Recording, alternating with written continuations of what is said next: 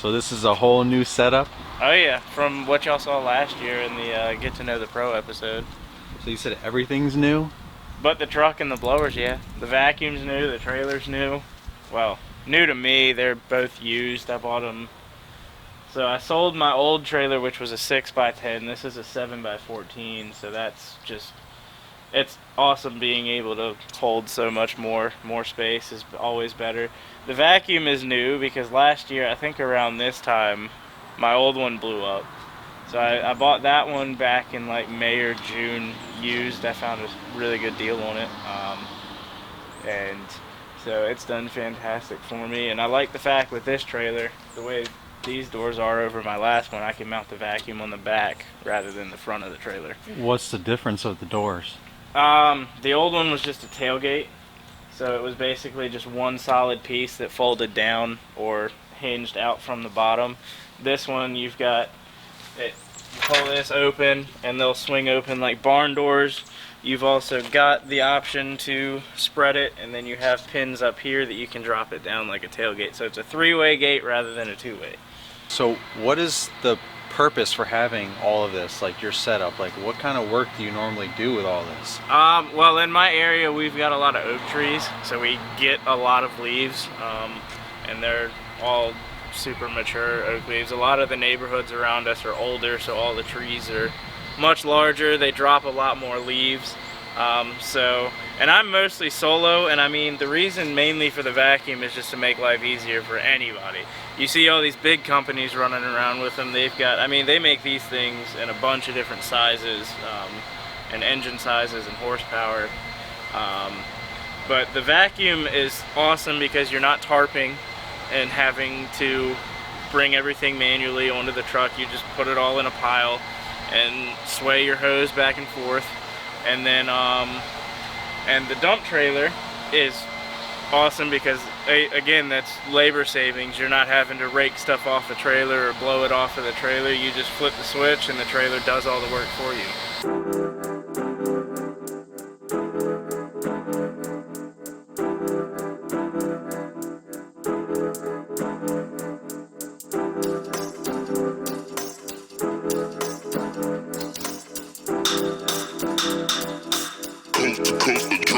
Next level.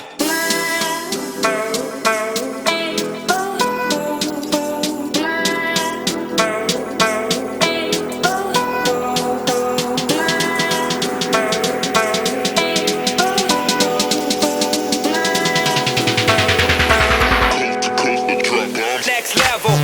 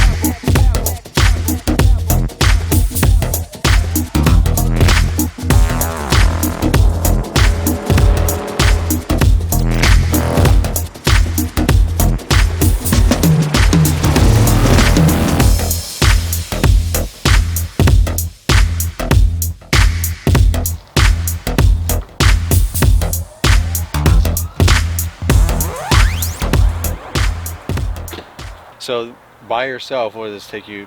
A few hours, obviously. Probably 4 hours. 4 hours total for the front and back. I mean, that's still not bad for the amount of leaves all by yourself. Yeah. Is what you normally do all this. I mean, that's, I have to say that push blower, that thing right there, that thing is like a game changer. That thing's like a beast. So, I mean, like, you were just like pushing the pile. I mean, even the 8010, the Echo 8010 couldn't do that much force, but definitely in, you know, pairing with other things. And it's really efficient. Like, talk about work smarter and harder, because you just like set it in different places, and then we just kind of like we blew all the leaves into its path and just kind of funneled it back, and you just kept moving that pile, So now a leaf plow would have been beneficial, but again, it's like I can't really haul mowers. Right. So you kind of have to pick and choose what you can do. And I mean, we didn't get everything off the yard because a lot of it's real wet still, and there's a lot of sticks and stuff. So I'll So that's what like the spring cleanups are good for. You bag it or whatever. Bag it the first time, pick up any of the big sticks, and. Is this gonna? This whole property won't fill up this whole trailer, will it? I mean, you can take a look at. This was most of the way empty when we started, and you can see. And this will actually pack down a lot more, but you can see how much is in there. And this will pack down as I drive, so it'll probably pack down to about this level here. So you can fit quite a bit of leaves in this. So how would you get into, like, how would you price a job like this? Now this is a regular client that you have, so you already kind of know what to expect and all that. So, and this is like, I sort of did one cleanup already where I just took the mower and worked back and forth and kind of pushed everything over there. So do you? But that was when there was a real light cover. So. Right. So this wasn't like a full blown. No. You know. So this was probably the first actual cleanup this year. Right. For the. But you've maintained a little bit of it before that. But so like if you were to pull up to this, somebody were to call you and say, hey, can you give us a quote for this property to clean up the leaves? You know, how would you go about? I'm not asking for like how much you charge for this yard. I just want, like, how would you go about it? Do you walk the property, obviously? Yeah, so you would walk. You want to walk the property and see kind of the conditions you've got, where all your beds are. If you have gravel to worry about, because obviously you don't want gravel blowing everywhere. You want to walk through, see how wet stuff is, kind of get it so that way it gives you an idea of how long it's going to take you to clean, essentially. And then you want to also kind of look for, okay, is this stuff that I'm going to have to haul off the property, or can I blow it to the woods or a natural area or something? And I mean, there's a bunch of different factors that definitely go into this, but it's mostly just kind of seeing what conditions you've got to work with, where you can take the leaves to, because I know a lot of guys nowadays aren't even doing jobs that they can't haul, that they have to haul them off just because it's so time consuming. And especially for guys that are just starting out too, because they don't have an efficient way to haul them off. But so those are just kind of the three things. Look for your conditions, where you can take the leaves, and kind of get a rough estimate of how long it's going to take you to do, and then you can price it based off of what you would want to make an hour doing leaves.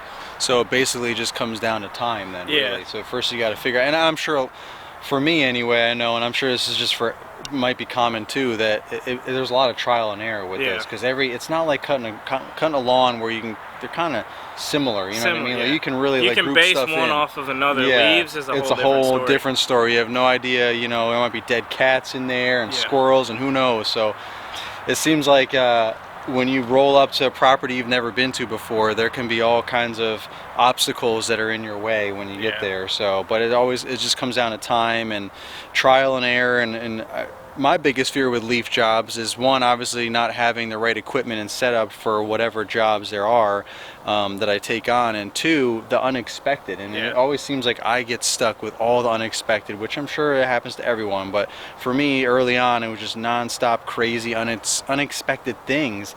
It already was going to take me forever anyway without that, because of whatever setup I had at the time. And then to have all these unexpected things just made it even worse. So that's always been one of the main reasons why I stayed away, because I wanted to stick to the profitable stuff, not invest in this awesome equipment that you have. But clearly it's because, you know, you have that kind of clientele, right? We're in Mechanicsville area, and this is like your typical cleanup, right? Your typical property. And we're an older development too, so we have a lot of grown, mature trees. Oak trees are real popular around here, so they drop a lot of leaves, which I think these are, I don't know if these are oaks or what they are, but they drop a lot of leaves, and you can see how many are around. So how long did it take you to like evolve to this setup? Like, how many years have you been doing leaf cleanups by yourself to begin with?